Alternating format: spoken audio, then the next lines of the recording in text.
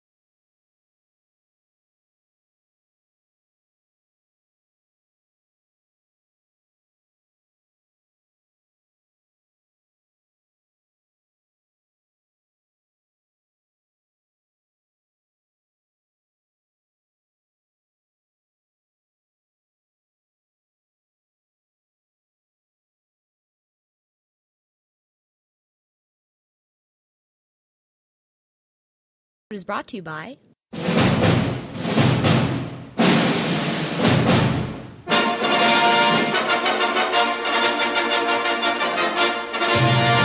Hello. Do you enjoy movie scores?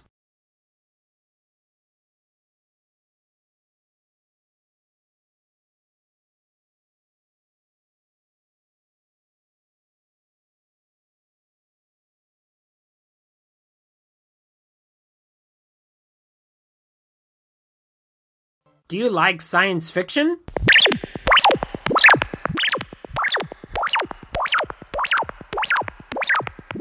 Do you like fantasy?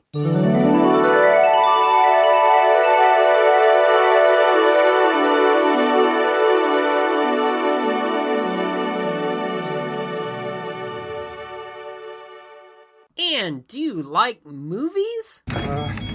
Everything's under control. Situation normal. What happened? Had a slight weapons malfunction, but everything's perfectly all right now. We're fine. We're all fine here now. Thank you. How are you? Well, I have a podcast for you.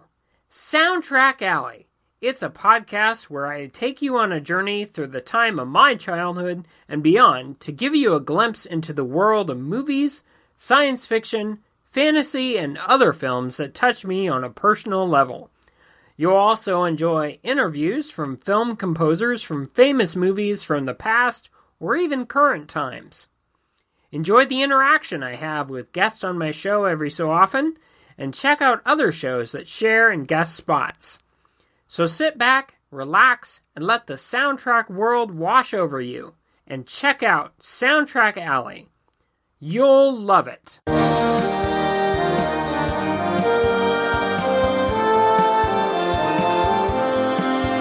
Batgirl to Oracle is also brought to you by MileHighComics.com, your new and collectible comic book store.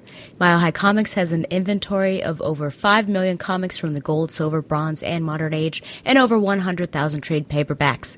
If you're not into the vintage stock, Mile High Comics also has a subscription service called the New Issue Comics Express, offering a discounted price for comics ready to hit the shelves. So if you're looking for vintage back issues or a great modern subscription service, be sure to check out MileHighComics.com. No, you're not seeing things. This is, in fact, a double whammy with my good friend Tom Panarese, who is just on. We're actually recording on the day that the episode came out. We just talked about just JLA Tower Babel, and now we're going to do a commentary special on Justice League Doom. So welcome back, Tom. Hi, how are you? I'm doing well. You know, I was thinking this is the first time we've done a full-length film, but then I was scrolling through my Batgirl to Oracle feed. Yeah, we did the Judas contract. I forgot. Yes, exactly. So we're good. We're pros at this. So, yeah. I told Tom that there's not going to be much preamble to this film because we literally just did the story a couple weeks ago. So I'm just going to intro the actual film, talk about who's in the cast, and then I'm going to ask Tom what his expectations are going in because Tom has no history with this show and I have some history already. So Justice League Doom is a 2012 direct-to-video animated superhero film, loosely based on, we'll talk about this, JLA Tower Babel. And the film script was adapted by writer Dwayne McDuffie, may he rest in peace, and it is directed by Lauren Montgomery, who is our best shot at having a Batgirl Year One film. It is a sequel to Crisis on Two Earths, and the film uses the same character designs by the lead character designer Phil Bourassa, who also does the character designs on Young Justice, as well as footage from the film in the opening. It was released on February 28th, 2012, and it features various actors reprising their roles from the DC Animated Universe before we've had this New 52 stuff, and Green Lantern, Emerald Knights, respectively, and it is the 13th film in the DC Universe animated original movies before we got into this new overhaul or so. The film is dedicated to the memory of McDuffie, who died from complications following open heart surgery shortly after writing this film, and it was first announced at WonderCon 2011. During the casting process of Justice League Doom, voice director Andrea Romano, who's the best, expressed an interest for the cast from various media to reprise their roles as members of the Justice League. So this is the cast. We've got Kevin Conroy as Bruce Wayne / Batman, Tim Daly as Clark Kent / Superman, Susan Eisenberg as Princess Diana / Wonder Woman, Nathan Fillion as Hal Jordan Green Lantern, Carl Lumley as John Jones Martian Manhunter, Michael Rosenbaum as Barry Allen the Flash, Bumper Robinson as Victor Stone Cyborg, Carlos Alazraqui as Bane, D. Bradley Baker as Officer in Charge, Claudia Black as Barbara Ann Minerva Cheetah, Paul Blackthorne as John Corbin Metallo, Olivia Diablo as Carol Ferris Star Sapphire, Gray Delisle as Lois Lane. Oh, Alexis Denisoff as Sam Scudder Mirror Master, Robin Atkin Downs as Alfred Pennyworth, Brian George as Mayor of Metropolis, Danny Jacobs as Special Agent Porter, David Kaufman as Jimmy Olsen, and Phil Morris as Vandal Savage. We've got Andrea Romano, of course, popping as the Bat Computer voice, and Bruce Timm is Ace. So whenever Ace pops up, we can see that. So, of course, we do have some crossover from Batman the Animated Series, Superman the Animated Series, Justice League, as well as some of the films that had come out in this era of DC. So, Tom, this is the first time watching this particular film. What expectations do you have going into this? What are you looking to see? Knowing the voice talent, I expect it to be pretty well acted. Mm-hmm. This is the story itself was really good. So it's, the expectations are, I guess, high, I don't really feel that this isn't something that I think they could really screw up. And I didn't know it was a sequel to Crisis on Two Earths. I really have not had that much experience with the animated DC movies. I've seen a few here and there, but I don't, just kind of like with the Judas Contract, where I had not seen the prior one.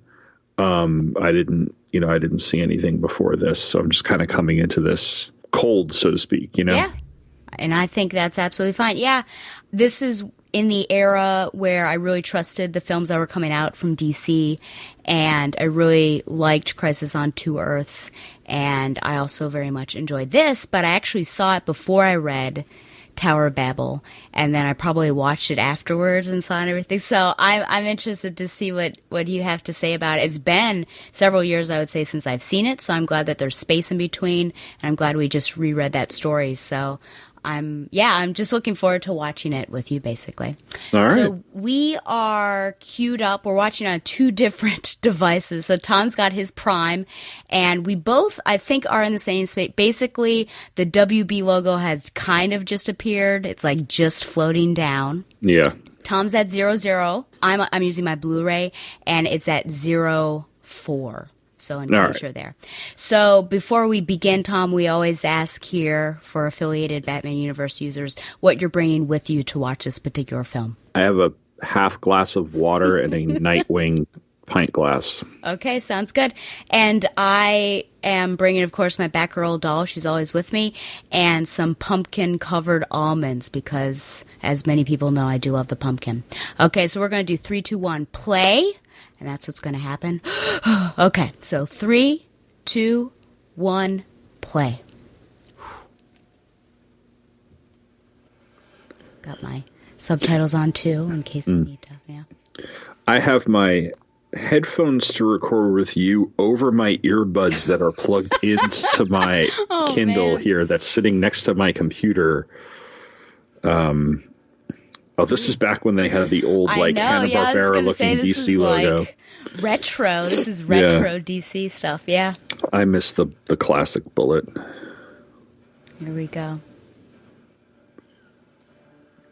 Now, I will say I'd have to check on who does the music, but if it's who I think it is, he was. Yeah, I think it's the same person who did like Under the Red Hood, and yeah, just amazing. I have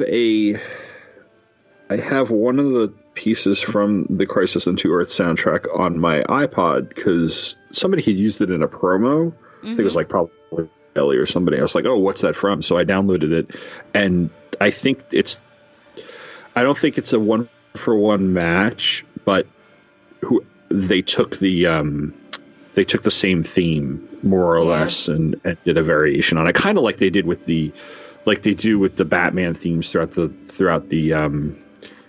4 Batman movies from the 80s and 90s. You know, there's that sort of main Batman Danny Elfman theme, but they kind of did variations on it and stuff. Yep. I have 2 soundtracks, I think, from this era. I have the Wonder Woman soundtrack and the Under the Red Hood soundtrack, both, I believe, by the same person. So I like how this intro here, going through the files, which is great. And, of course, it's saying Batman mainframe, so it's really setting up what's happening. But I feel like for other people, they'd be like, oh, this is interesting, but wouldn't necessarily, Christopher Drake, that's it. Yes. Necessarily know what's happening here. But I like how they did that. See, I didn't catch it when I watched it the first time that Barry and Hal were going to be Green Lantern and Flash until I started watching the movie.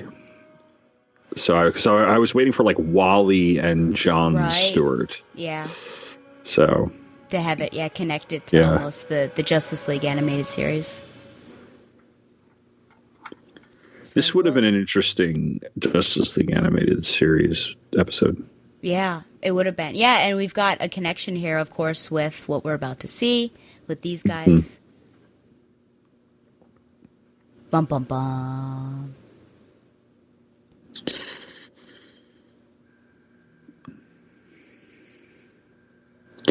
The Royal Flush Gang was always a comic book villain group that, like, if you want somebody who's like a sea-level Mort to kick around, you basically send them in because they at least look visually interesting. Yeah. Even though they're kind of like goofy. Yeah. And every once in a while, I think they would have some sort of tenuous connection to the Joker, and depending on the story that you were reading. Yeah. I feel like all the times I've seen them in the visual with, the motion, they've been really good storylines, like Justice League, Wild Cards, that's my favorite 2 episodes. Yeah, that's a great And then when you bring them back in Batman Beyond, I really liked those storylines too. Yeah. So seeing them when they popped up here, I was like, oh wow, this is great. But you don't really know about Ace. Like, I remember spending time wondering what was up with Ace, and then you kind of figure out what he is. But they all have distinct personalities all the time, too, which is pretty cool. Being quiet, because they're making a lot of noise. You think they'll trip something. Yeah.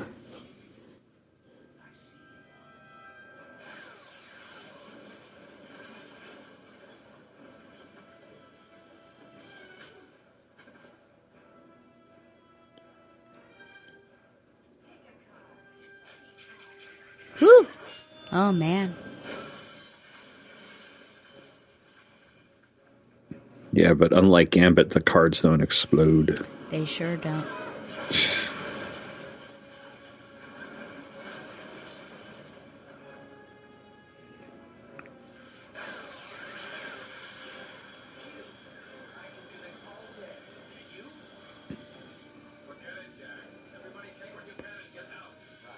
I guess this, I mean, you want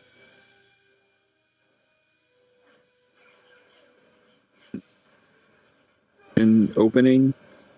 Yeah. Because you don't have the luxury of like 4 to 5 months worth of comics to kind of drag things out and give us a little bit of so if you have a good kind of like stinger of an opening that, you know, is related to the plot, but at the same time just kind of gives us some bang for our buck here, and, you know, and here comes the Justice League, like, you know, just this is a good piece of exposition, like easy villains to defeat that they can, you know, that put up a fight, but then they can just knock around like this. It's quality. Yeah, and it's similar to the comic books. I mean, especially with like Birds of Prey that I'm reading now, where there's always this little intro scene that, you know, it's very quickly over, and then you get back to everything. So it's like a little tease. Yeah. Oh.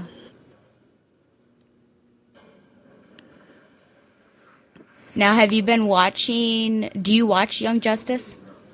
I've seen the seasons that were made available to Netflix. Okay. So 1 and 2. But I don't have the DCU app. Okay. But so yeah, I was just wondering, what do you think about the character designs?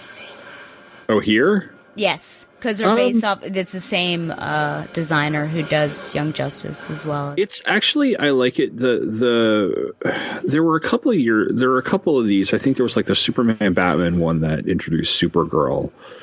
Film. I think it was prior to this. I did not like the character designs on that very much. Mm-hmm. This seems to be a pretty good kind of in between the Batman the Animated Series and the Justice League and Justice League Unlimited style, and that which they were trying to go for, I don't know, something hyper realistic or what. Mm-hmm. This is pretty good. It's kind of weird seeing Wonder Woman in that particular costume. It's throwing me off a little bit. Because she hasn't been in that costume for a few years now. Yeah.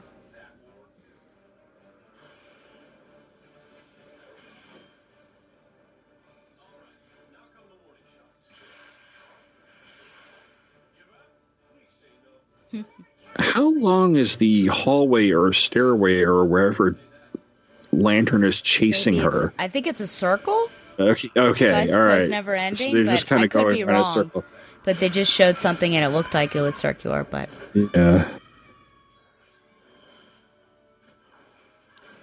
yeah, Nathan Fillion, such a great choice for Green Lantern. And he also plays Steve Trevor in the Wonder Woman film, too. Yes, he does, with Kerry Russell as Wonder Woman. So no that was a really good that. One. Oh, my gosh. My favorite. I think one of the best ones they made, actually. Yeah, so here's the hint of like, oh, that's what he is. But I do like the fact that Superman just kind of stands there and, clearly knows that Ace is a robot. So... And it's good, like, when you do get the chance to show Superman being as powerful as he can be, because there's nobody to really hurt here. There he is. So yeah, I like how we get to pair them up with different people and see their various powers. Oh dear. Carl Lumbly. I know. Who I always remember as Dixon on Alias. Of course. Yep. But who played in a great bit of casting last season on Supergirl. Oh right, I think it was played John Jones's father. Yep.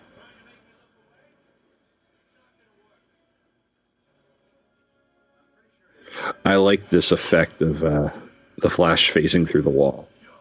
I thought that was very, very well animated, because he didn't just kind of the gradual phase in was really, really cool. Works every time. Might not work every time. Because his intention, but remember in the story, he ruined everything. Yeah. It's interesting. Jack seemed to have really been focused upon in this. He's just, oh, never mind. I thought I was going to hit the wall. Was really focused on here, and it's normally King getting all of the focus. Yeah.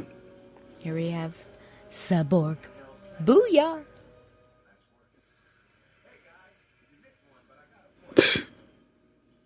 So we have replaced Aquaman with Cyborg here. Yeah, that's a little weird to me, but I know that this was, 2011, 2012 when this was in production? Yeah. And that was around the time the New 52 launched. And they were really pushing Cyborg in the Justice League. They sure were. And although in the Justice League comic that Jeff Johns did, I believe Cyborg replaced Martian Manhunter, if I'm not mistaken. You might be right. It's been so long since New 52. It seems like a nightmare that we've all recovered from. Yeah, I didn't even read it, to be honest with you. I had a few issues here and there that I ended up getting for free when somebody gave me a bunch of comics, but I don't think I really actually read them. There we go. Zoop.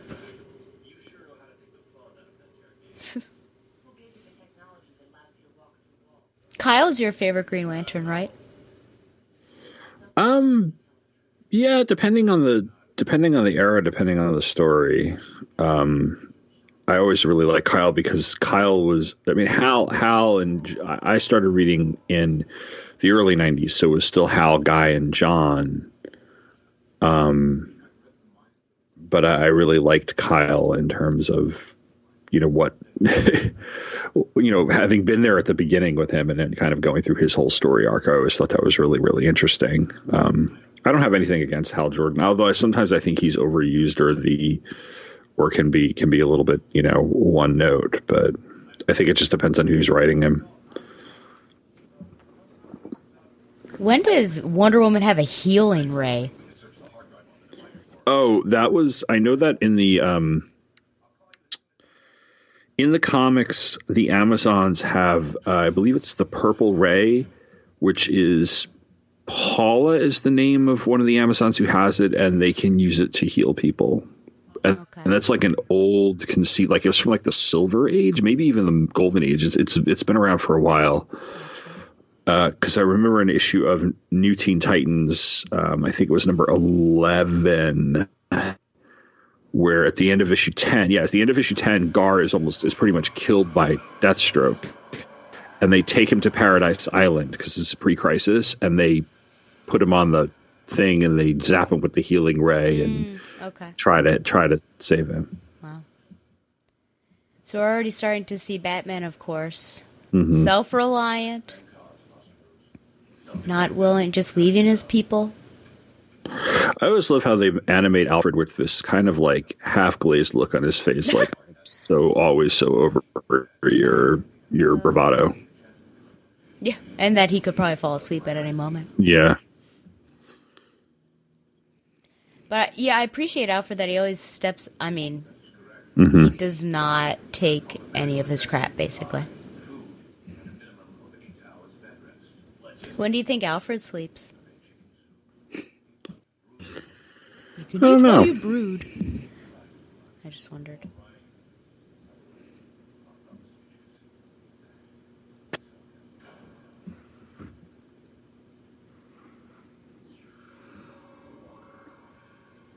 Uh-oh.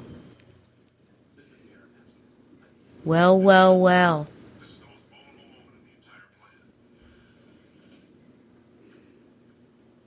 So now we've got a bad guy in the Batcave.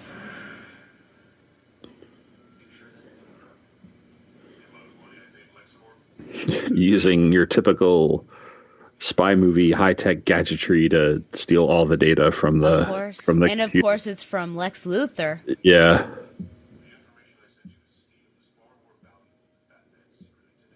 Now, I honestly, coming in, did not know who the big bad was. And the fact that he's like, already know his identity did make me think, we're dealing with Ra's al Ghul, because, he's always known. Sure, yeah.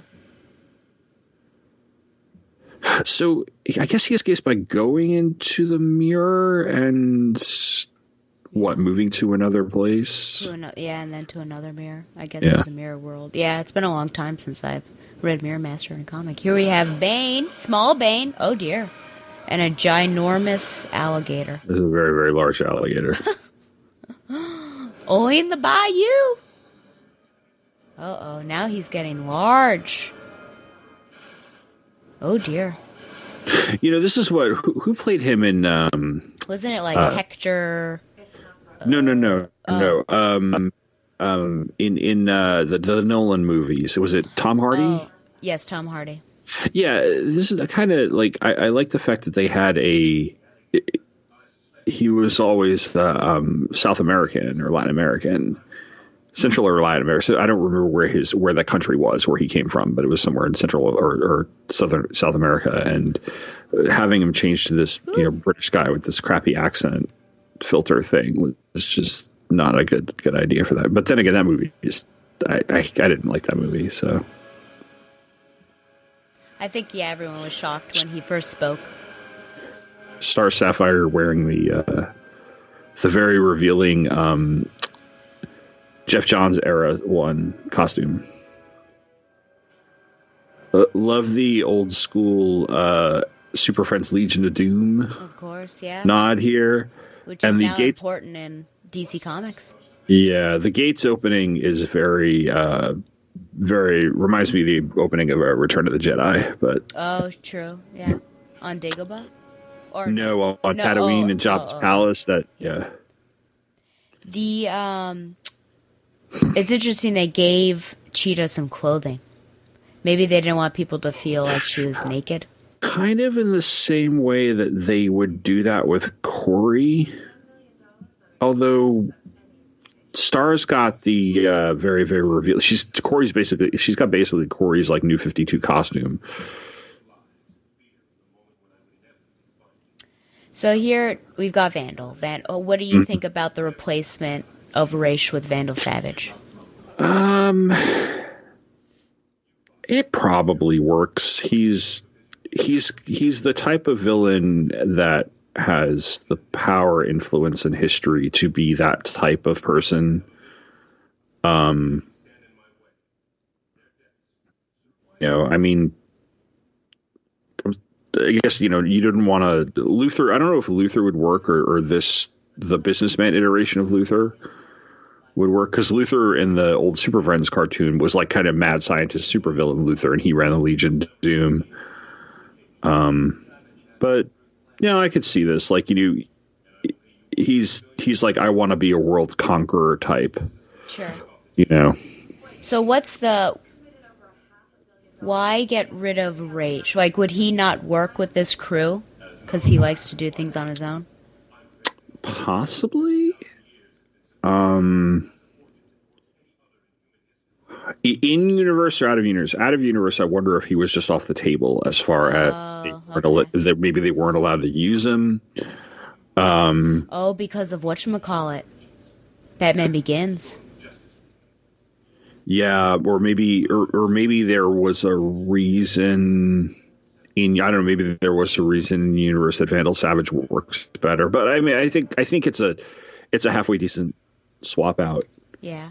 I think the main thing is that Raish did all of that on his own, basically, and here we've got Vandal Savage having agents to deliver that. Yeah. Well, and Raish has his own League of Assassins, or whatever they call it. Like, they have he's been a character on Arrow, I believe. At least I know Talia is, and so he wouldn't need to hire these villains. But Vandal Savage gathering together people who are the arch enemies of the Justice League to fight, I guess that makes that works a little bit better.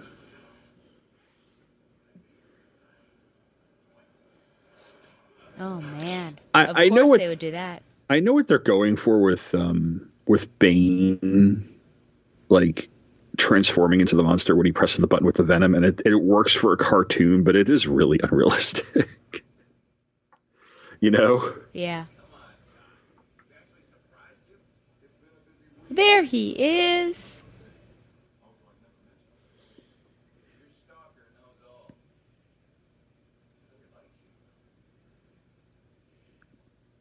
Oh my.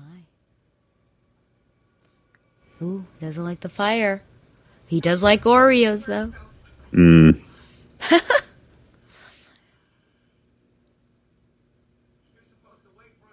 Oh.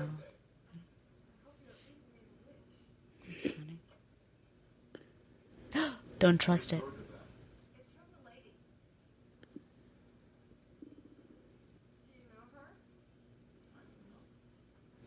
Don't trust the blondes at the end of the bar. I know, and it's funny because he's with his friends, so why would you go over to someone else? Yeah, it's a little weird. I guess he's just trying to be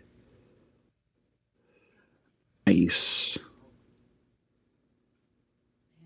And he does have this sort of ethical thing against, like, reading minds.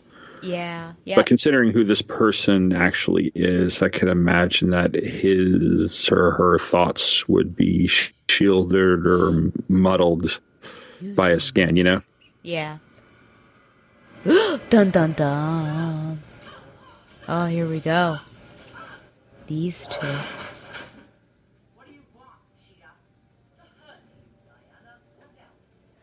This is Claudia Black. Mm-hmm. I love her because she plays a particular character on the Uncharted video game series. Gotcha. But this was, number one, we're going to see Cheetah in real life, IRL. Yep. In Wonder Woman 1984. 1984. Yep. Mm-hmm. And Kristen Wiig, right? I believe so. And then it was something I was always looking forward to if they had done a sequel to the original animated Wonder Woman series. Because they end with that, like, splash moment of, like, Wonder Woman going on. Yeah, so I was like, oh, that would be fun. But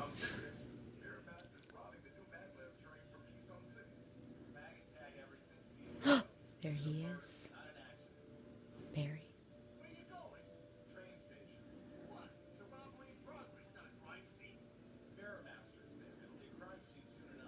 Whew.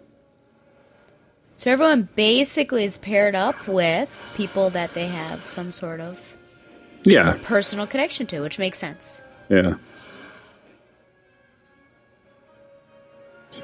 You know, it wasn't until I actually watched the cartoons and stuff that I understood how the Flash's ring actually works. It's like, how does he keep the thing in there? Oh, he launches it and he runs into the cop. I'm like, oh, that's a cool idea.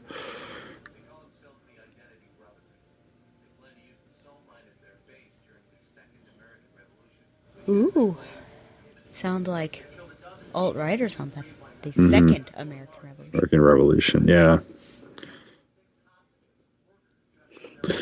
These type of guys have been popping up in comics, though, for 30 or 40 years. I looked at some Punisher issues. The Identity Brotherhood?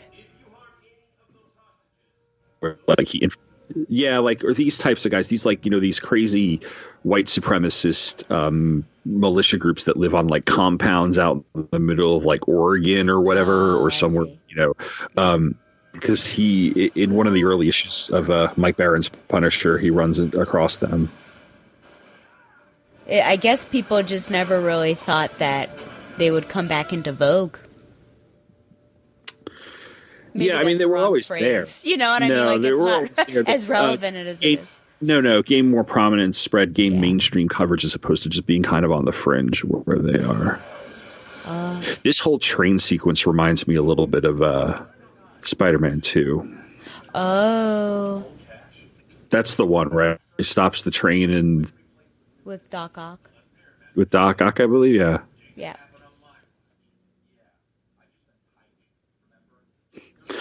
I was about a couple weeks ago. I was listening to a politics and pop culture podcast I listened to called "Keep It," and Joe Manganiello was the guest. From what the heck, the stripper movie, Magic Mike. Magic Mike. Yeah. I never realized that, and I have to go back and watch the Tobey Maguire movies. I didn't realize he played Flash Thompson. He sure does. I did not know that. I remember first seeing him on How I Met Your Mother because he was Marshall's brunch bro. So,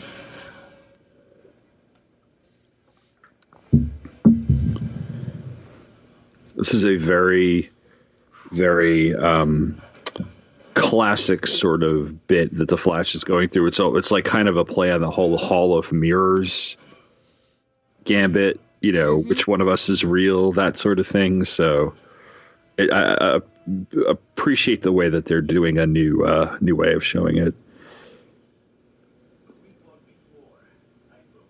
Hoo boy. What they're doing here with the Waynes is a little bit different because in the Tower of Babel storyline, they have them suspended over the line. But here they just use them use them to basically capture him, I guess, in some way. Yeah. Well, without race, you'd be like, what? Yeah, there's no reason to. So. Lazarus Pit connection. Yeah. Oh, no.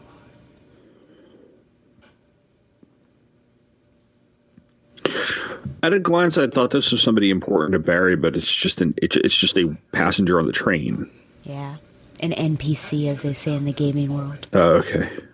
Non-playable character. No, non-player. Okay. Nerdy. It's just a rando citizen who's okay. So it's not like it could be Aunt May. Oh no. Aunt May would have had a heart attack in that box within 2 seconds. Oh, dear. Oh, yep, there it is. Whew. Oh, that just looks like it hurts. I know.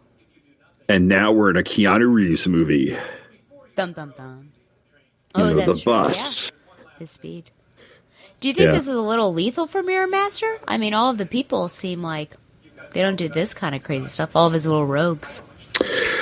Did Mirror Master seem to be a little more in tune to or in the know of what Vandal Savage was up to before he fully announces it to the rest of the Yeah, it seemed like Legion he of was, Doom? yeah, given his posture and Yeah, left because hand and he was already there, so it kind of makes sense. And you know, there's this whole idea of they're finally getting vengeance. So you know, oh no, you're right about blondes at bars. They either poison you or they might be a call girl. It's no good. I assume you have experience with these things. No, I don't. I just watch the films. Mm-hmm. Oh dear. Now his best friends are feeling betrayed that he lied to them.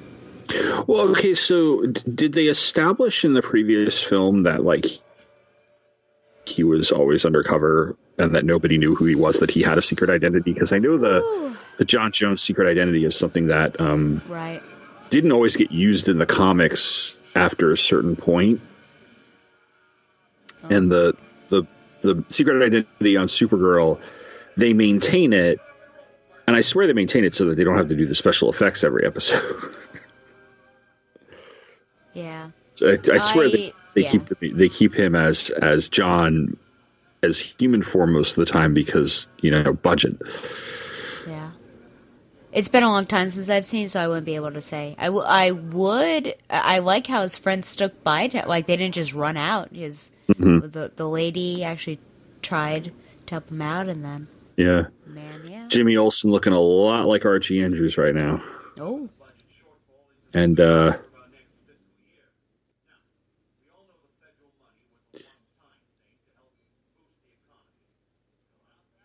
Clark. Can you do that in a press thing with the president? Last time I was at a press conference was prior to cell phones. Oh. So Could you imagine if someone did that and like the press secretary was up there? I could imagine it happening. I think you'd get the boot. They'd be like, if you think that's more important, you're out of here. Oh my.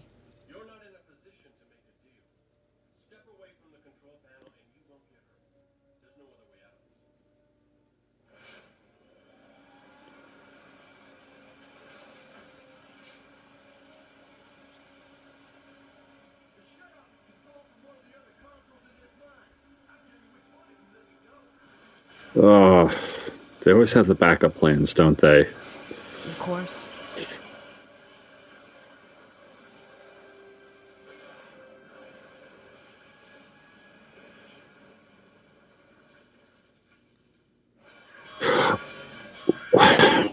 So here's my thing with the Green Lantern. Why not, like, can you not, like, create some sort of bubble or lasso and pull those 4 guys away from the drill? Because it's coming straight down. Or is he just not thinking straight? Oh man.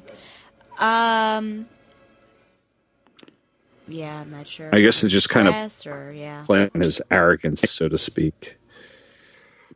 And here we got this. Oh man. Yeah. This is a pretty cool twist on what they did in the comics, where they essentially knocked her out and had her thinking that she was doing this, but here they drugged her and she's hallucinating that everybody she sees is the cheetah. So I think that's a nice touch.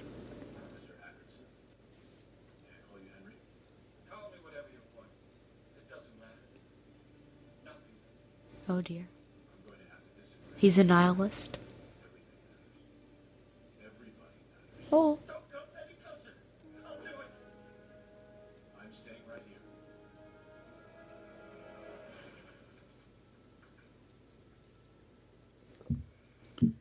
Um,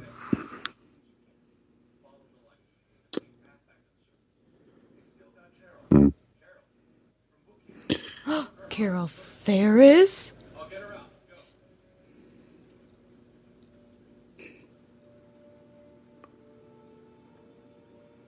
Do you think he knows something's up? I don't know. Carol? I mean, how many Carols do you know? I just know one. Or two. One of them has an E at the end. This, the thing that I didn't really point out last week, or not last week, last Practically. episode. Yeah. Was that the way that he's taken, that all these guys are taken out, even in the Tower of Babel storyline, is very Judas Contract. You know, they go after them individually, and they've done, and Ra's al Ghul in that case, just like Deathstroke, has done some sort of background intelligence work to figure out who these people are and what makes them weak. But like with Deathstroke, he had Terra, and Terra was the one who kind of gathered all the evidence, and then he took them out one by one because he knew that individually they were weaker, and that's basically what's happening here. So they're kind of, you know, Wade was kind of playing on what Wolfman had led with in that whole storyline, and then McDuffie's kind of doing that here as well. It works though; it works really, really well, and but Vandal Savage, you need a villain on the level of Vandal Savage or Ra's al Ghul or somebody who's got those resources and the strength to recruit the people to pull it off. Like the Joker couldn't do this. Like Metallo or Star Sapphire by themselves could not do it alone. Darkseid, I don't think would, you know. So yeah, Darkseid, he doesn't like anyone helping him out. Yeah. Wow. So do you think this one's a good failure, being his thing? I think she's playing on his arrogance, maybe, because like Hal is a bit of a pompous jerk sometimes, and a bit overconfident. So she's playing on the sort of like, you know, shot. I don't understand why he would drop the ring so easily. You know, I understand it because the plot demands it, right? You know, sure. I understand in terms of the plot, but like, you know, unless she's doing something to him to influence him in some way, yeah. You know, like she's got a spell on him or whatever we want to call it. But I don't understand why just like I'm going to drop the ring so quickly just because I got chided by Star Sapphire. I feel, yeah, I know you can't trust that. You know, it's probably not the first time he's lost somebody. Yeah, yeah. And then just to think that any hero, like any one of them, could have been put in that situation. Yeah. So I think I would say it's almost the weakest of the ones they did. Because the Kyle one is I think that's just so really tailored to him because the art and all of that and yeah. Yeah. But I guess when you decide to switch Green Lanterns, you've got to figure out what to do. I love the lighting in this Superman scene. I love how they're playing with the police and the lights on the top of the Daily Planet, and they've matched the coloring of his suit to the lights. It's really, really just well constructed as far as the scene is concerned. Kryptonite bullet. That's no good.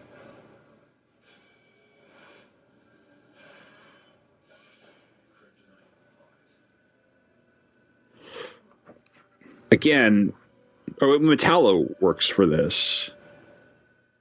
But again, Batman's whole thing was injuring Superman with the red kryptonite and stuff like that. But this is a little more lethal, so it bears explaining why he would come up with these plans that are, you know, ultimately could kill a couple of people, you know? Yeah. There's who else? If you were to switch him, Metallo out, would there have been another person you would have used? From the Superman villains? Yeah. Brainiac maybe, but I don't know if Brainiac would have cooperated as well. The Kryptonite Man, if they still had him, not exactly sure.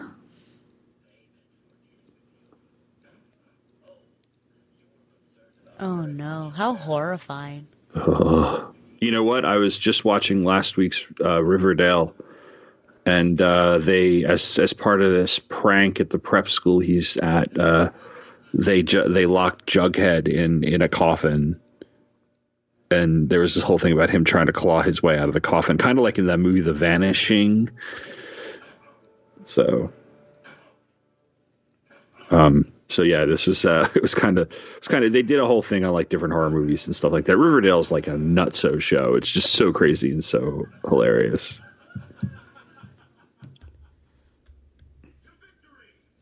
Okay, you've seen Austin Powers, right? Of course. You know the scene where they're all like laughing at their villainous plan, like ha ha ha. Yes. That's what that scene reminded me of. Yeah, it's true.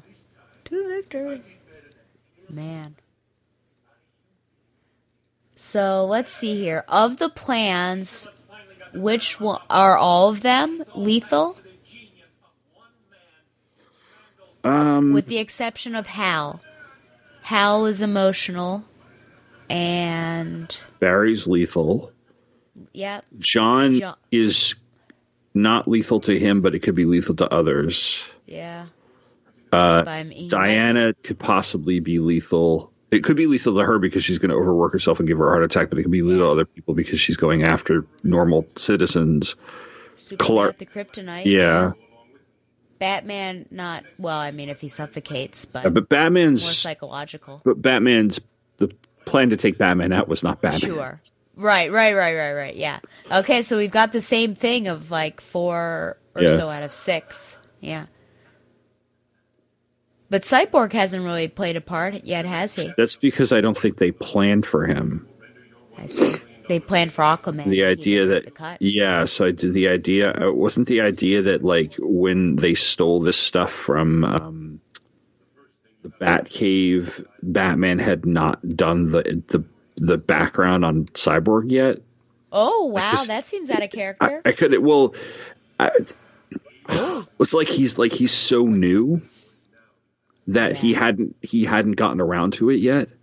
Well, you think he would have background before he said yes to the Justice League? No. Like he had the background, but he hadn't come up with the contingency plan. Yeah. So basically, Cyborg wasn't in that. Yeah. Here we've got the history of Vandal. Well, the thing they leave out too, at least this is my recollection from the history of the DC Universe miniseries, was that Vandal Savage had a arch nemesis called the Immortal Man, but that character doesn't seem to get as much play post-Crisis as Vandal Savage. Oh. I believe the Immortal Man was ultimately killed during the Crisis. Which one? The first, the Crisis of the Infinite Earths. Okay. And then there was a character in the 90s called Resurrection Man, who I believe was a very similar type of character. I remember having a couple of issues because it crossed over with like the Peter David Super series a couple of times. I think he was in a Swamp Thing too, maybe. Yeah, I think so. Oh dear. Oh gosh. I was surprised he let her do this. I know, right? Is that a fact? Let me try. Vandal, there are moments here where Vandal Savage is coming off very Khan Noonien, saying like, you know, I have expected, like if Ricardo Montalban had still been alive, I would have loved for him to have voiced Vandal Savage. Man, oh dear. Oopsies. Well,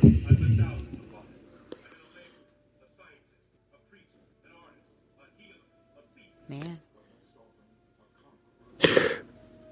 The way he looks and the way he's dressed, I don't know if they did this on purpose when they cast him for the CW Legends of Tomorrow, but it is very, very similar. Yeah. Although he still retains some of the Cro-Magnon kind of. Yeah. He's hairy. And, They went with his origin being tied to the Hawks, so they had him less Cro-Magnon, and more Egyptian, like keeping that Egyptian look. That you may not get this reference, and some people listening might get the reference when I say the words "unfrozen caveman lawyer," which was a sketch on Saturday Night Live back in the late '80s with Phil Hartman. Kind of reminds me of that. So he wants power over the planet, whereas Raish, of course, wanted to destroy half the population so the planet could survive. Well, I guess he... Oh, well, he's still getting rid of the population. Yeah. There was something I was reading recently of Wonder Woman, and I don't remember what issue it was, but, like, something where she was trying to save Barbara Minerva from becoming completely into the cheetah, like, you know. Yeah. Oh, this reminds me of Kill Bill. Was it the recent one? Because it always seems like she's trying to talk. I was reading it recently, but it might have been an old. It might have been an old issue. I think it might have been I got like a free trade paperback digitally from Amazon because of purchases or whatever. Sure. And I think I downloaded like Wonder Woman, her greatest battles or something. So. That's like not good. Idea there, Wayne. Is Vandal Savage's plan sound? I mean, he's gonna send up the nukes. Why would you want to rule a nuclear wasteland? I don't know. Unless there's some, but he can rule afterwards. I guess after the nukes. Yeah, I guess if he's that patient, but. Yeah. Oh my! Oh dear! All those poor, helpless people. These are, God. Yeah, they're all cops at this point. I know. Now they're all, oh dear, throwing a man. Do you think her reputation could ever recover from this, realistically? Wonder Woman hurts many innocents as well as the police. Yeah. Well, she's not snapping Maxwell Lord's neck right now, but... Oh, boy. Ooh. I like Cyborg's character design in this, though. Less blue, I think, than we're used to. Yeah. I mean, I've always liked Vic Stone as a character. I've always liked his classic costume design. Yeah. Some of the newer versions I haven't been the biggest fan, but I do. This just looks. This is something very sleek and cool and updated about this that feels very natural. That it's a combination of different types of alloys and things that looks more armored than just kind of robotic. And it's a really, really cool character design.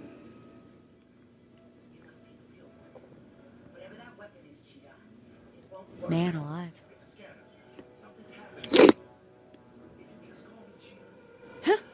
Whoopsies. Man. So is he our Oracle? Trying to figure things out here? Mm-hmm. Yeah, she's not in this. It would have been... But they never really established Barbara Gordon as Oracle in it. No. Did they? Afraid not. Except at that the would end have of been... the Killing Joke. Ugh. I didn't see that, so... Oh, I didn't either. I just know that happened. Maybe she's going to pass out. I know, does Cheetah have a satellite coming out of her palm? But she's so, like... Yeah. When you're so full of adrenaline in that moment, you're not thinking clearly. I do love anything that shows Wonder Woman with a massive amount of strength, though, because... it is one of the things that she could go toe to toe with, any number of the male superheroes in the DC universe. Yep. Oh dear. She just ripped his arm right off. And she's going to beat him with it. No. Okay. surprised she didn't. Oh gosh, that's kind of disturbing, actually. What would it look like in cheetah vision? I guess that's why they didn't do it. Her arm would be, Yeah.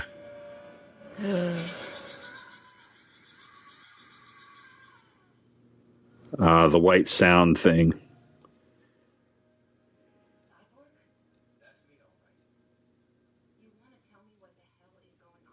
She doesn't want to apologize for ripping his arm off. I don't know if she's got. I'm sure she did, but sort of. Oh dear, that was rude. Where is Ace? I haven't heard of the dog Bruce Timm yet. No, I think Bruce Timm was the robot. Oh, it was Ace. That was my thought. robot. That was my thought too when I saw that Bruce Timm was Ace. But I was like, oh wait a second, he was Ace the robot at the beginning. That's too bad. So he just did the guttural scream. Yeah. Basically, man. Oh no, poor guy. Yeah. He needs a protein bar. Well, probably a carb. Cliff bar of some sort. Oh, poor guy.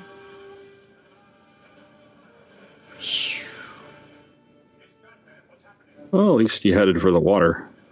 Indeed. This is where I kind of wish Aquaman would show up, though. Yeah. That would have been pretty cool, but I don't know if they didn't. Woo!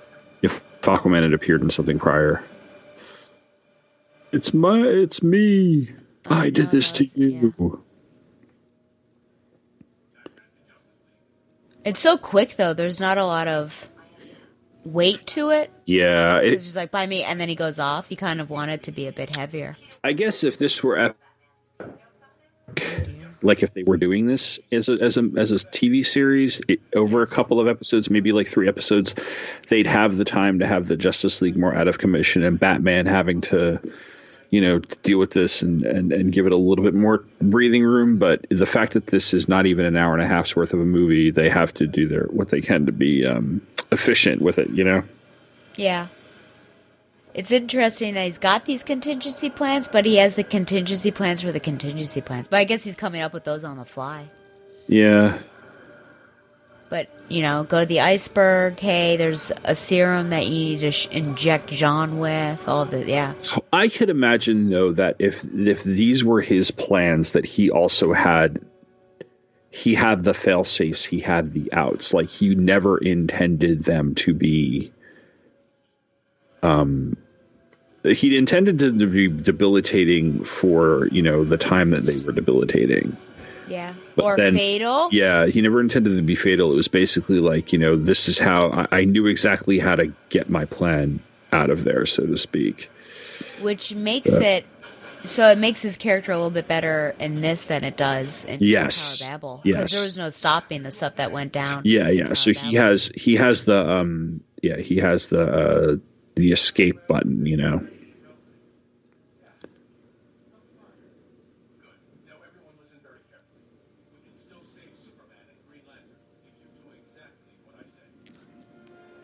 How do you know, Batman? Barry Allen is one of those characters who I'm not sure what the actual legit portrayal is supposed to be, because I'm so used to Grant Gustin. And I really have never read a lot of Barry Allen Flash comics beyond Crisis on Infinite Earths and the Trial of the Flash from the end of this Flash series. So my Flash is definitely Wally West. And that's a very much, much different type of character. Yeah. Oh, man. Hell, snap out of it. Oh, gosh. There's no sympathy no empathy. It's like you want him to walk up to how Cher and Moonstruck and just slap him across the face. Snap out of it. Ooh, look at this. Batman is showing the empathy. Oh, how horrifying. He just did a Predator move. Yeah, she's a robot.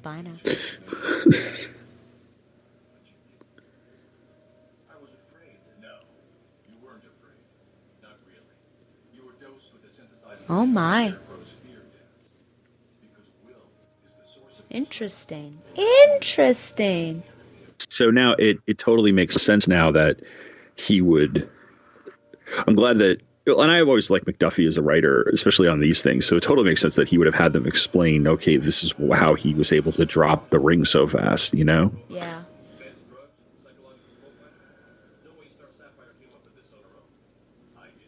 Oh. There's the reaction. Look at it. Oh, dear. Do you miss Plastic Man? I do. I get how this works here, and it works out well. But I like you. I thought Plastic Man's character development was really, really good. Do you think of all the characters we have here, which one comes closest to like the emotional weight of the Plastic Man? I don't know. Maybe Cyborg?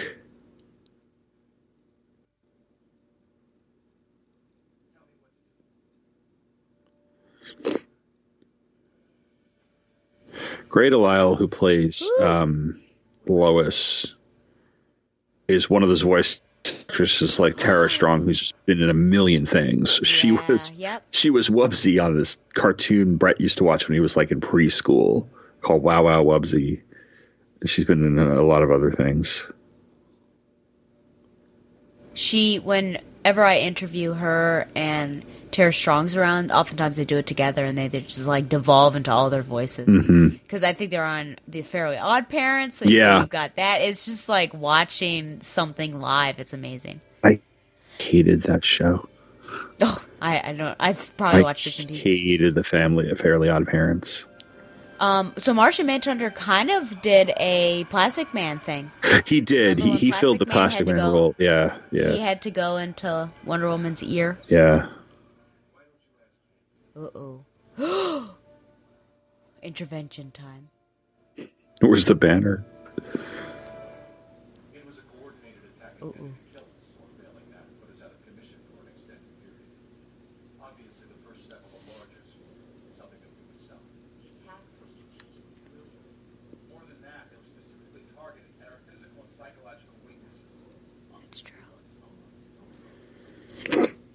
Uh-oh. Uh-oh. Say what now? Oh my. Oh my goodness. Oh, so now he's defending himself. Yeah. I think probably, McDuffie had a chance to perhaps portray Batman better than he is in the comic. Mm-hmm. I wonder if he talked to Mark Waid about it. Yeah, I wonder about that too. Yeah. I'm going to try to make Batman presented a bit better. That's a good question to ask Mark Waid, either on social media or like maybe at a con. Yeah. Because the guy, I've met the guy a couple of times and he's always been very, very nice. When we had the chance to talk for maybe just a minute or two while he was signing things. And I suppose that if I could ask, like, you could ask him, like, ask him about Tower of Babel and ask him about this movie and ask if, like, Dwayne McDuffie ever actually, called them or something and say, asked them about it. Yeah. Take to the Twitters. Mm-hmm. So it all goes back. So this is great how the intro scene was not just like a James Bond intro, but it actually connects to the main. So it all began with the Royal Flush. They got their tech. Just the classic meeting info dump scene for the benefit of the audience, right? We need to know things. Yeah. Ooh! Louisiana. The Bayou!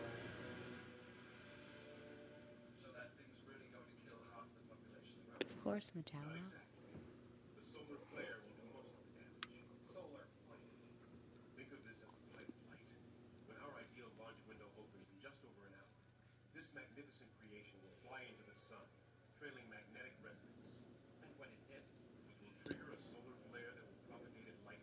This is such a I like this plan because it's so comic booky. It's so like, again, just the idea that this person could make this happen. It's so old, out of a comic book, and it makes it's one of those things that that's one of those find your joy moments where the villain in a comic book movie, whether it be Marvel, DC, or whatever, actually behaves like a comic book villain and not some pretentious director, writer, fanboys thing of like, well, this is real, you know, and you're like, whatever, it's a comic book. So, and it could have been a disaster movie too. It seems like something like there's an asteroid kind of like Blackest Night, not Blackest Night, Final Night. Right. Yep.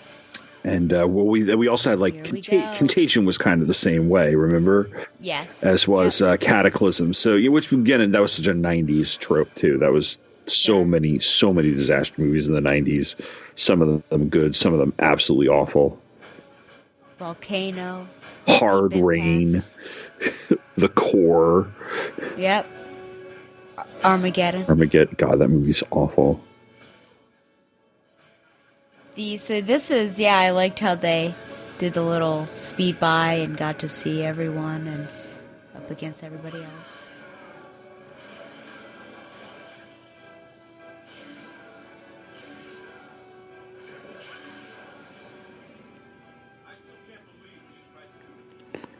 Have they done anything with Green Lantern that gets into the John stuff on?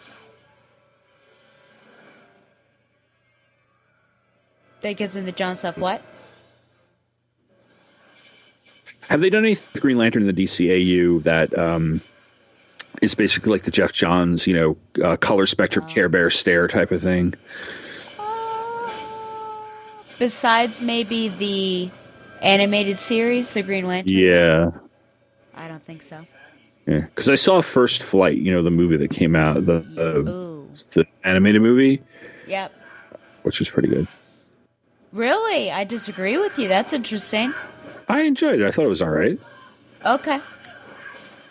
It's one of my least favorite. The Hal Jordan becoming Green Lantern animated story that I absolutely love, though, was the movie version of New Frontier. Oh my gosh, that's one of my favorites. Yeah, it was a great movie. I love New Frontier anyway. It's one of my favorite. It was one of my favorite comic series. But here we go, shape-shifting. Ah! Monsters fighting monsters. Mortal Kombat. Daikaiju. They're going to turn into Pokemon, right? Yeah, that kind of looked like Starro. Yeah, it does kind of look like Starro. Baraka wins. Gosh. Fatality. Well done. Here we go. He's pumping himself up as the Ultimate Warrior or something. So it's interesting. I mean, we're past it now, but Star Sapphire said, "You broke my heart. I'll never forgive you." And I'm like, did you really? Is that your vendetta? You're going to try to take him down because he broke your heart? Is that her whole shtick? I guess. She has nothing else against Well, the him? Star Sapphire's control is the emotion of love, remember? So right. Oh, I guess. And that's why I was asking about the Jeff Johns thing, because in the reimagining that he did of the color spectrum, and I have to give my wife credit for the fact that I told her about how like they made all the different colors and they're all different emotions. And she's like, what? They're the Care Bears. And I was like, yeah. But the further away from the center of the spectrum you go, the more the ring kind of controls you. I see. So the Red Lanterns are essentially like living embodiments of the ring. And the Purple Lanterns, there is sort of them being ruled by that emotion as opposed to fear and willpower, which are right in the center, which can control the rings themselves a lot more. Okay. Yeah, so I guess if she feels betrayed, then that'd be huge. Oh, no. Kitty Pryde, is that you?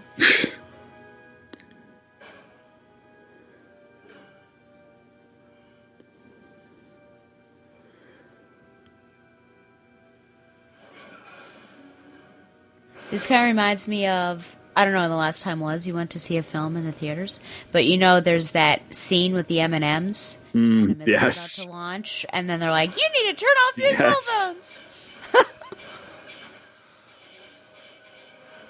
Mirror Master. It's like a video game. Indeed.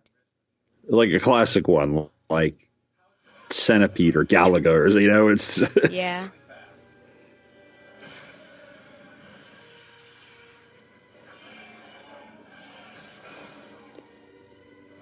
So something tropey they didn't do here is switch partners, because sometimes they switch, and so the heroes would be like, you know what I'm talking about, but they would go up against somebody else. Yeah, they yeah. have an easier time of it, so they didn't do that here. Wasn't there like a whole Marvel event around that back in the late 80s, early 90s, like Acts of Vengeance or something, where they sent like somebody else's villain against somebody, you know? Ooh.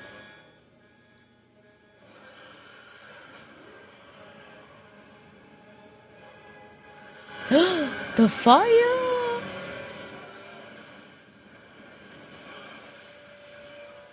Oh, Bane. What do you think about Bane's costume here?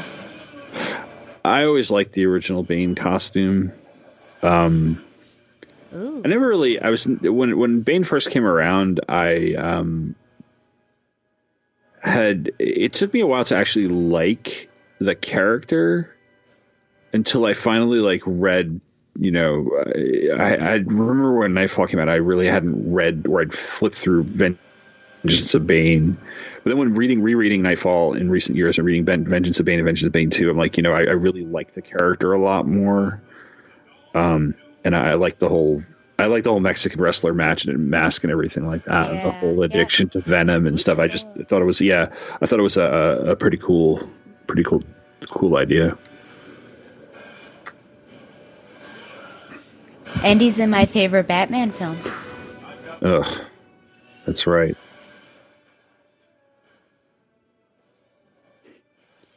Again, anytime Superman can just be, you know, let me just go a little full force with this stuff. Yeah. And I like the fact that he's the one who's taking off after the rocket, and they're not having Hal Jordan do it, because Right. it should be Superman in my mind. But Yeah, it's just, I mean, he saves the day. All those events that we read together, and it's always him at the end. Yeah. I like how our belly button has the sapphire in it, like Steven Universe or something. Yeah. Oh. Oh, he caught her. Yeah. Again, the comic bookiness of the slingshot. Whoa! That was intimate. I didn't know you just stuck that in your belly. Oh.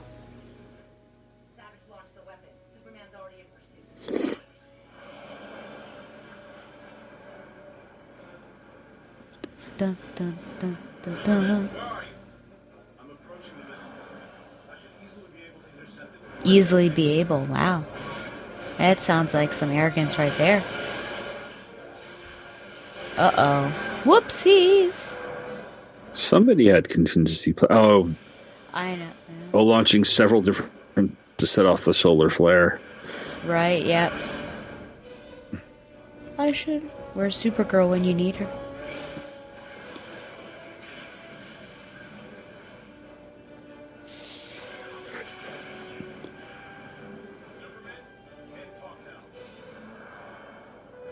But again, we're getting like a really smart portrayal of Superman. It's like, this is a person who has a lot of strength and force, but he also knows how to think on his feet. Right. So he's not going in and punching all of the things. He's using his heat vision. He knows his power set, and he knows how to adjust in situations and stuff. Yep. Whoop, he missed one. Well, two. Couldn't tell. Oh dear.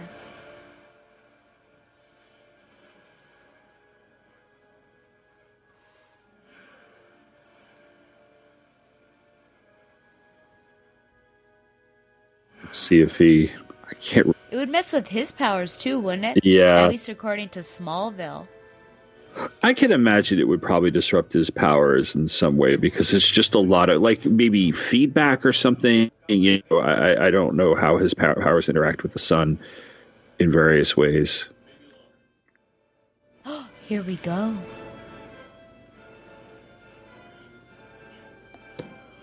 Oh dear.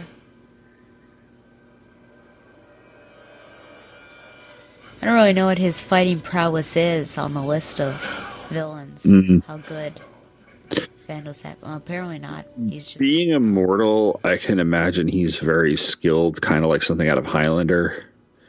Oh, true, yeah. So, Well, you'd think he'd have so much time that he'd have all of these different knowledge bases. yeah. But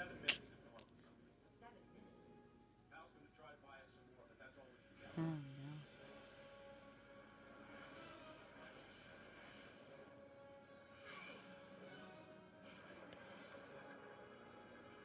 Whew. That's a lot of green. It sure is. It's like the defense web in The Last Starfighter. Oh.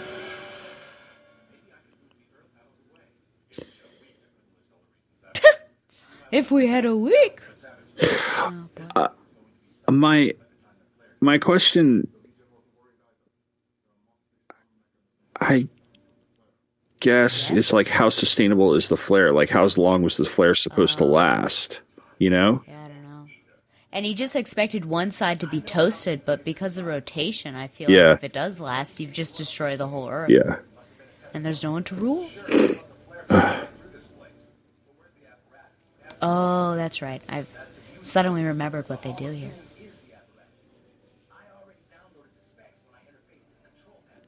Who designed the Hall of Doom originally? Was it Lex?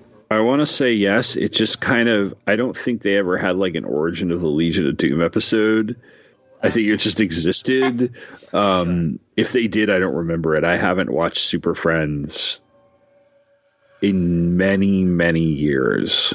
Gotcha. And even then, I think the second time I watched it, back when Toonami used to air it in the late 90s, I wasn't paying attention to continuity. We were just watching it because it was like we hadn't watched this since we were little kids.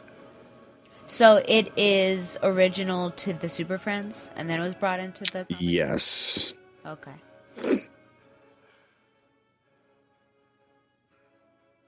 I know there was like an Injustice gang or whatever in the Justice League comics, but the idea of the Legion of Doom comes from, I believe, the Super Friends cartoon from the 70s and 80s.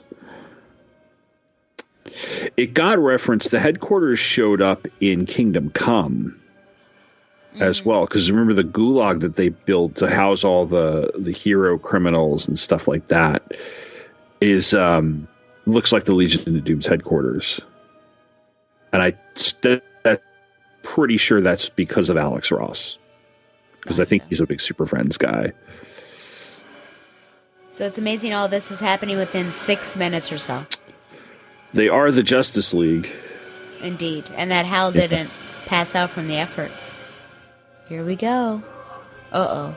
I wonder if Hal would ever call for backup in a situation like this. You know, get another member of the Corps out there, but I don't know what their response time is. You know. Yeah. This is the test. Dun dun dun. Oh boy.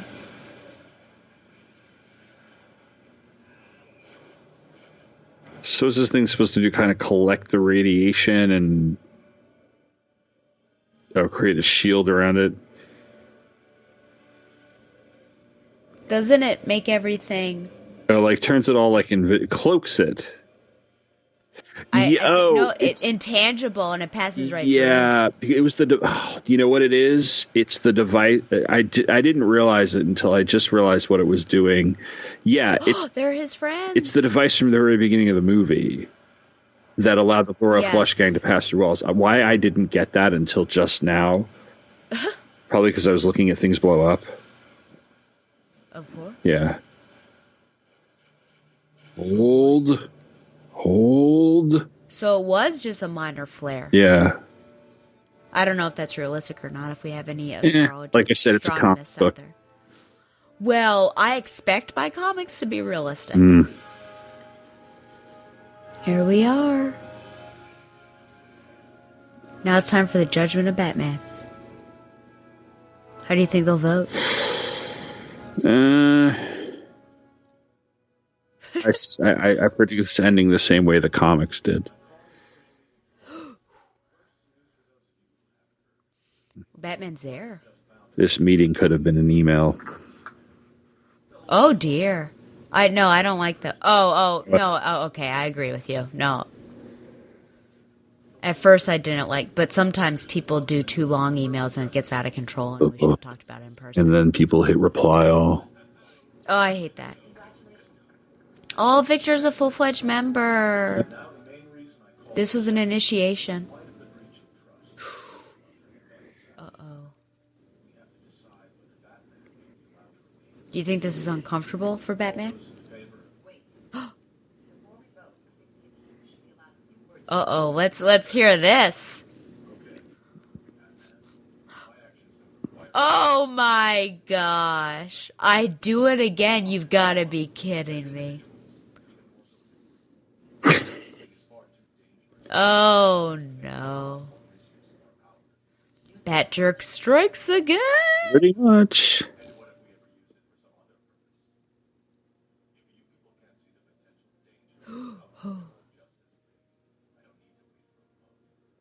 He's watched the Justice Lord two-parter. I was about to say, we did see it though, Batman. That's such a great set of episodes. Look at that. Oh, he doesn't even need a he vote. doesn't even vote.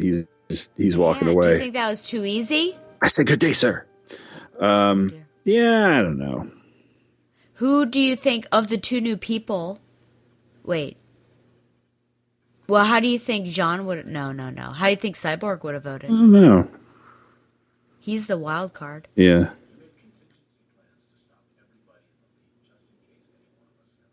And then But we had Hal instead of Kyle, so... In the comic, they did the voting with him in the other room, and so it was the way it was set up. I guess it works here too. Arrogance. He's like the U.S. women's soccer team. They're just so arrogant.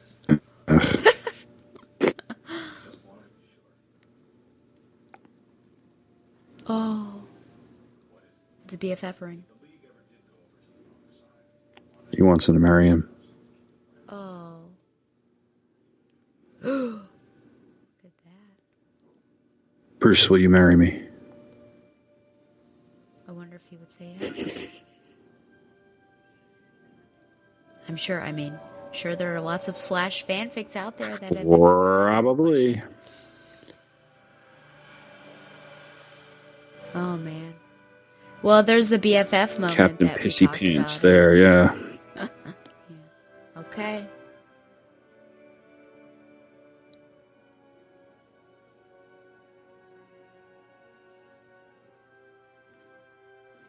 And all is right with the world. And there's the memory of Dwayne McDuffie. Yeah, it's which is such a shame. I know he's been gone for like 8 years now, but man, just like one of the greats. Yeah, absolutely. And I mean, this is a pretty tight movie. Yeah. You know? And he was so good at writing these. Yeah. You know. So And I think he was probably given certain confines.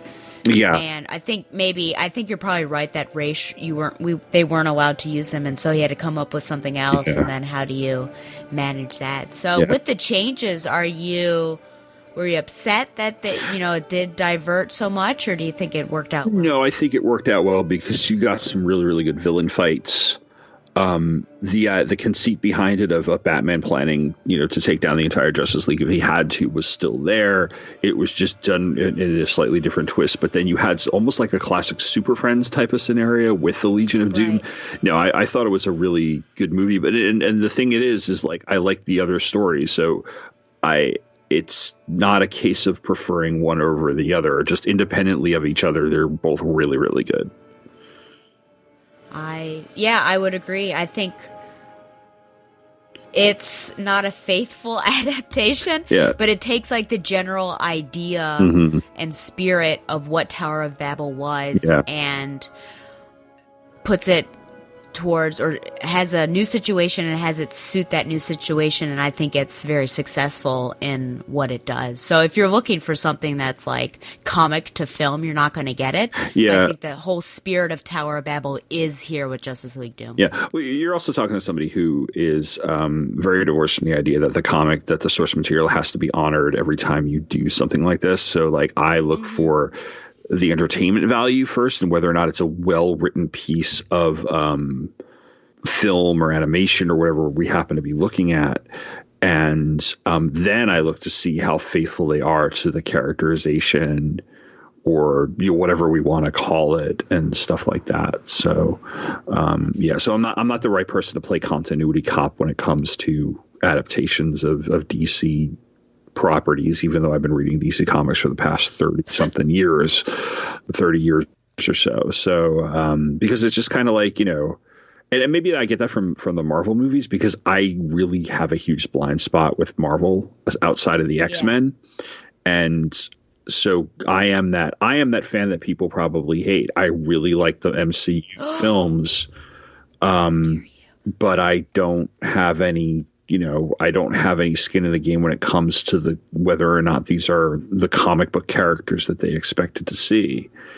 So I'm the wrong fan, but I've always been the wrong. We've established that. So my mistakes are on record. Oh, I haven't been keeping track. Do you think that this is pretty good for like new viewer friendly, like someone who just wanted to pick up and didn't have any association with Tower of Babel but could pop up and see this film? Do you think it's pretty good? Like you explain the characters to a certain extent and someone would easily be able to view this without being too confused? Yes, and I think it's because they're using classic versions of those characters. Cyborg being the new kid works, but you've got your classic Flash, your classic GL, Superman, Batman, Wonder Woman, Martian Manhunter. It's all... like I said, I had not seen the prior movie and still really enjoyed this because I didn't think it really depended on having prior knowledge. You could this is one you could pick off the shelf of at a video store, look at the back of the box, read the summary, go, oh, this looks really interesting, and go in there and everything is laid out for you. Like McDuffie wrote this knowing that, or it seems like that, and that's why I think it works really, really well. Yeah, and I couldn't really say. It's been a while since I've seen Crisis on Two Earths to see how much continuity there is. In the current era of the DC films, there is a certain continuity with them, especially, there are end credit scenes and things like that. So I think this one is easier to just pop on and see it. And even, like I said, I had watched this before I read Tower of Babel, but I had a sense of, who the characters are, but I was able to. I think they do enough exposition that it gives you a good idea of who these people are, especially Vandal Savage. She's probably the one that you'd least likely know, and so he gives his little history. Yeah, we get his whole origin story, which I think was necessary to understand who this villain was. If it was Lex Luthor, we wouldn't have needed that origin. Yeah. What would you give this grade out of 10? I guess it's a solid 9. I think the middle portion where they've been taken out and then recover resolves itself a little too quickly. But that's because the runtime, had they had 15 more minutes, it probably would not have resolved itself as quickly. And I think that's that's me nitpicking, and that's the reason for the 9 out of 10. Yeah. But the fight at the end is really, really good. Absolutely. I think I might raise you a half. It won't be 10. I think my 10 is probably reserved for New Frontier because I think that, or Wonder Woman, those would be my 10. Yeah, those are both really good. So I'd say 9.5 out of 10. All right. So, well, thanks for coming on and watching this with me. Yeah, that was a lot of fun. It was a lot of fun. So, in case people haven't listened to our other episode, could you please one more time tell us where we can find and support you? Yeah, currently have 2 shows over at the Two True Freaks Internet Radio Network. One is called Pop Culture Affidavit. It's everything random in the world of popular culture, which you can also find at popcultureaffidavit.com. I cover movies, comics, TV, music, all sorts of different stuff. And I have a blog for that. And then Stella, you and I have Required Reading with Tom and Stella. You can find that at TTF, as well as requiredreadingwithtomandstella.com. And if you want to follow me on Twitter, you can follow me at PopAff. That's POPAFF. Lovely. Remember, you can send any questions or comments to batgirloracle@gmail.com, and I can always forward any complaints you have about this fake fan that we've got on this show all the time. You can also find this show on Google Play and Stitcher, like the show on Facebook, or follow it on Twitter at Batgirl and follow the Batman Universe on Facebook and Twitter as well, and support it by subscribing to Patreon. Once again, thanks to Mile High Comics for sponsoring Batgirl to Oracle, the Barbara Gordon podcast. And thank you so much to Tom for just, I think, probably doing a year, maybe a year and a half of JLS stories with me. It was fun. It's been a lot of fun. Yeah. So until next time, which is actually the 10th anniversary. So I've got those specials, and keep on the lookout for me to announce when there's going to be a special call-in show. It's probably going to be on a Wednesday at 9 p.m. Eastern, and I'll just tell you when that's going to be. So I hope people will call in and talk about maybe their history with Batgirl to Oracle and come up with a